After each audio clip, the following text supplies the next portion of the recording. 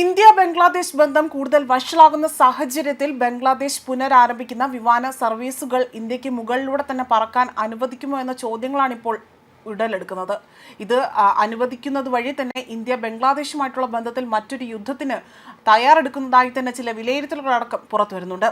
ജനുവരി 29 മുതൽ ധക്കയ്ക്കും കറാച്ചിക്കും ഇടയിൽ തന്നെ നേരിട്ടുള്ള വിമാന സർവീസുകൾ പുനരാരംഭിക്കുമെന്നാണ് ഇപ്പോൾ ബംഗ്ലാദേശ് സർക്കാർ ഉടമസ്ഥതയിലുള്ള ഭീമർ ബംഗ്ലാദേശ് എയർലൈൻസ് അറിയിച്ചിരിക്കുന്നത്. പ്രാദേശിക സമയം രാത്രി 8 മണിക്ക് ധക്കയിൽ നിന്ന് പുറപ്പെടുന്ന വിമാനമാകട്ടെ രാത്രി 11 മണിക്ക് കറാച്ചിയിൽ എത്തിച്ചേരുന്ന രീതിയിലേക്കാണ് തയ്യാറാക്കിയിരിക്കുന്നത്. കറാച്ചിയിൽ നിന്ന് അർദ്ധരാത്രി 12 മണിക്ക് പുറപ്പെടുന്ന മഡ്ക വിമാനം പുലർച്ചെ 4:20 ധക്കയിൽ എത്തിച്ചേരും. അതേസമയം 2024 ഷെയ്ഖ് ഹസീനയുടെ നേതൃത്വത്തിലുള്ള സർക്കാർ ആകട്ടെ പതിച്ചതിനു ശേഷം ബംഗ്ലാദേശും പാകിസ്ഥാനും തമ്മിലുള്ള ബന്ധം കൂടുതൽ ശക്തമാവുകയും ചെയ്തിരുന്നു. വർഷങ്ങളായി തന്നെ ഇവിടെ വഷളായ ബന്ധങ്ങൾക്ക് ശേഷം നയതന്ത്ര വ്യാപാരം അതുപോലെ ജനങ്ങൾ തമ്മിലുള്ള ബന്ധങ്ങൾ അതെല്ലാം തന്നെ പുനരുജ്ജീവിപ്പിക്കുന്നതിന് ബംഗ്ലാദേശും പാകിസ്ഥാനും സമീപ മാസങ്ങളിൽ നിരവധി നടപടികൾ സ്വീകരിച്ചു വരുന്നതിനിടയിലാണ് ഇത്തരമൊരു റിപ്പോർട്ട് പുറത്തു വരുന്നത്. അതേപോലെ തന്നെ ബംഗ്ലാദേശ് സർക്കാർ ഉടമസ്ഥതയിലുള്ള ഭീമർ ബംഗ്ലാദേശ് എയർലൈൻസ് ജനുവരി 29 മുതൽ ധക്കയ്ക്കും കറാച്ചിക്കും ഇടയിൽ തന്നെ നേരിട്ടുള്ള വിമാന സർവീസുകൾ പുനരാരംഭിക്കുമെന്നാണ് അധികൃതർ അറിയിച്ചിരിക്കുന്നത്.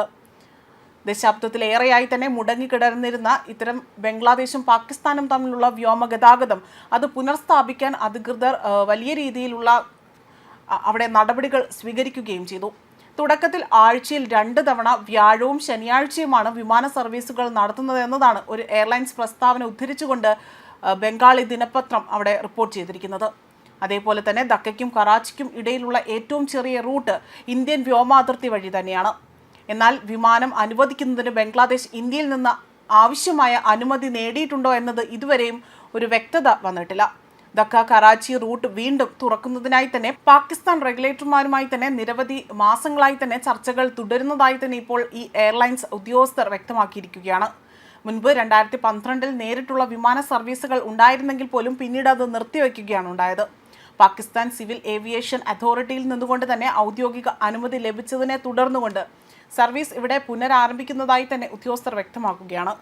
വിമാർ ബംഗ്ലാദേശ് എയർലൈൻസിന് ഈ റൂട്ടിൽ സർവീസ് നടത്തുവാനും അതേപോലെ തന്നെ പാകിസ്ഥാൻ വ്യോമ അതിർത്തിക്കുള്ളിൽ തന്നെ നിയുക്ത വ്യോമ ഇടനാഴികൾ ഉപയോഗിക്കുവാനും അനുമതി നൽകിയിട്ടുണ്ട്.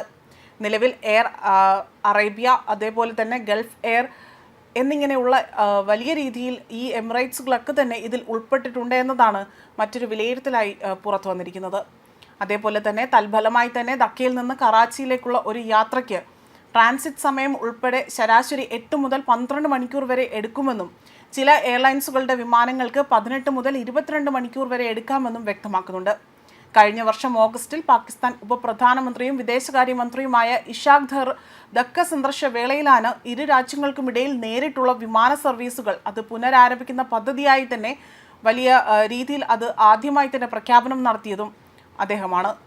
ന്യൂസ് ഡെസ്ക് കർമ്മ ന്യൂസ്.